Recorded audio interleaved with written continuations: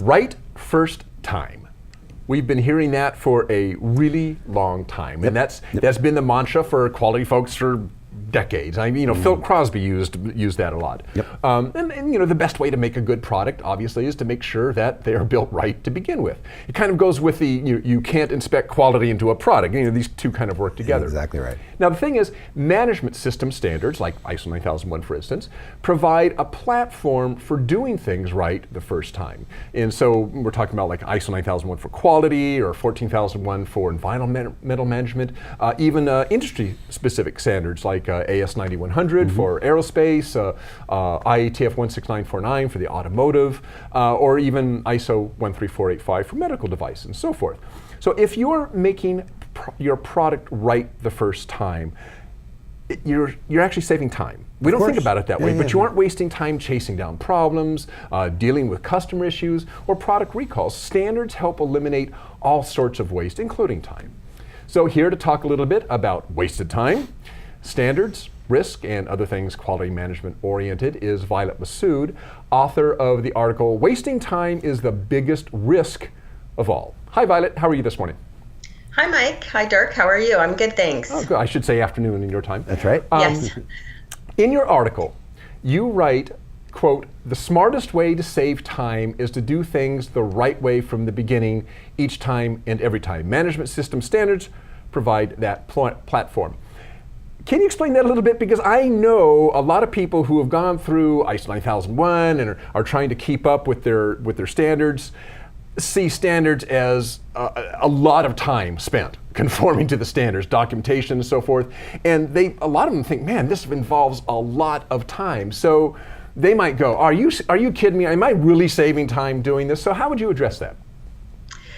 Well, it's funny that you should say that, because I've been doing this for a number of years, and I've heard that so many times that by incorporating, an ISO management system, they have to follow so many procedures, and with that is a lot of time and effort. But we all know the smartest way to save time is by doing things right and doing them right the first time, as you mentioned. We will always save more money, time, and have a much better, higher quality of product if you do things right the first time. Now, having said that, with regards to the standards, the beauty of ISO 9000 and 14000 is that it is the framework for your organization's management system. If any ISO standard, for that matter, it could be 9000 environmental or any of the other ones that we mentioned, if any of them are actually implemented correctly, the system is actually there to help you improve your business and not just become a set of procedures that make it very difficult for employees to do their job.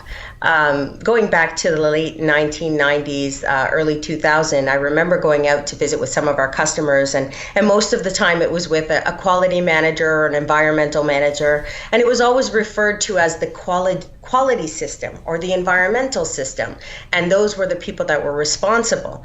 It's very different than that now, and I know that when I would go out there, they were always so proud and wanted to show me their manual, and they'd reach over and grab their binder and wipe off about an inch of dust.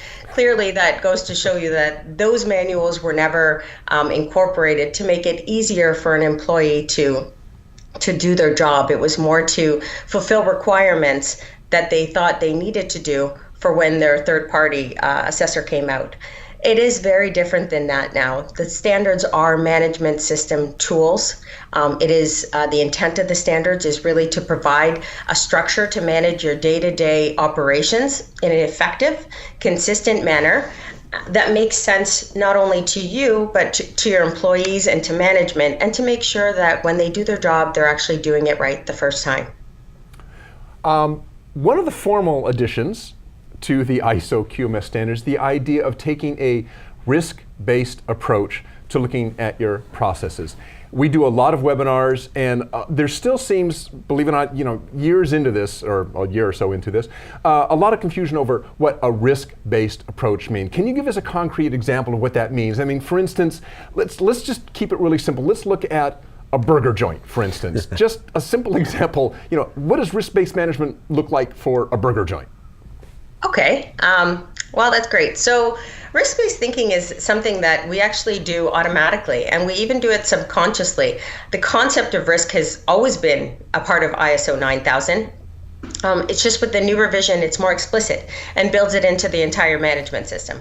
So risk-based thinking is it's already a part of the process-based and just takes preventative action into the day-to-day operations.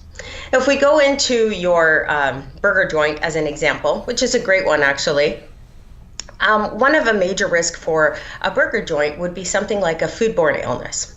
So the food safety and quality requirements and expectations are set to really protect the organization and protect the brand and the customer. If we were to look at some of the elements that a burger joint might have to focus on to reduce these risks, some of them could be hiring a certified food protection manager, having standard operating procedures in place that really address the temperature of how the food is cooked, how the food is refrigerated, so making sure that we're monitoring the refrigeration, how the organization is dealing with the storage of raw versus cooked products. A burger joint might also want to factor in making sure that their recipe cards contain specific steps for the preparation of food items, and the food safety critical limits. So that's final cooking temperatures, and making sure that they're being monitored and verified, looking at the purchasing specifications. So what's the percentage of fat versus percentage of water, the size of the hamburger. So really, going back to the question, about taking risk-based approach to looking at a process, is you can see that when we're talking about a burger joint, they're already taking all of these into consideration. These are risks for the organization, and they have to be identified. And I think people are already thinking in that the risk, in terms of the risk management and the new aspect of that into 9000. But it's something that they already do on a regular basis, but just are not aware of it. So, Violet, another new phrase we hear that's been introduced in ISO 9001 is context of the organization. So, can you tell us in simple terms what that means and, okay, why not, how that might apply to our burger joint example as well? Sure. Yeah, absolutely. So, ISO 9000 2015 actually defines the organization as a combination of internal, context of the organization as a combination of internal and external issues that can have an effect on how the organization develops and achieves its objectives. So if we go back to the burger joint, what kind of external issues would they really have to factor in? So some of them could come from legal issues that arise, competitive issues, market, culture, social and economic environment, whether it be international, national, regional, or local. An organization might factor in external issues such as second or third party audits conducted by interested parties or auditing firms, as well as local and state health departments that might go out there for the burger joint. So really their job is, to protect consumers from food fraud, such as intentional substitution or misrepresentation of menu items for economic gains. Some internal issues would be related to values, culture, knowledge, performance of the organization as a whole. So if I were to take an example of external issues or organizations that we know have changed recently, a very good example of that would be McDonald's.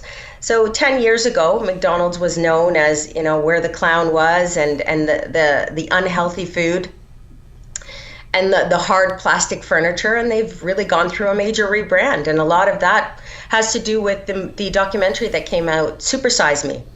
That documentary, I think, really made McDonald's take a stand back and look at what their risks really were as an organization. And from there, they rebranded to incorporate the McCafe to cater to the needs of people wanting to live healthier lifestyles. And not only that, to get into the coffee space.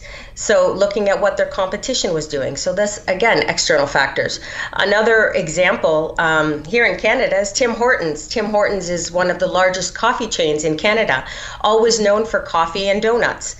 they too have gone through a major rebranding, and that is to they've introduced lunch, dinner, so it's no longer viewed as just the donut and coffee shop. So I think these are two really good examples of organizations that have had to look at external issues and take a look at what that means as a risk to their organization, so that they can actually achieve all of their goals and objectives. Well, thanks, Violet. I think that is probably the best down-to-earth explanation of context of the organization and risk that I've heard yet. Yep. That just makes a whole lot more sense now. So I'm going to watch this recording. I'm going to repost this. Yeah. All right.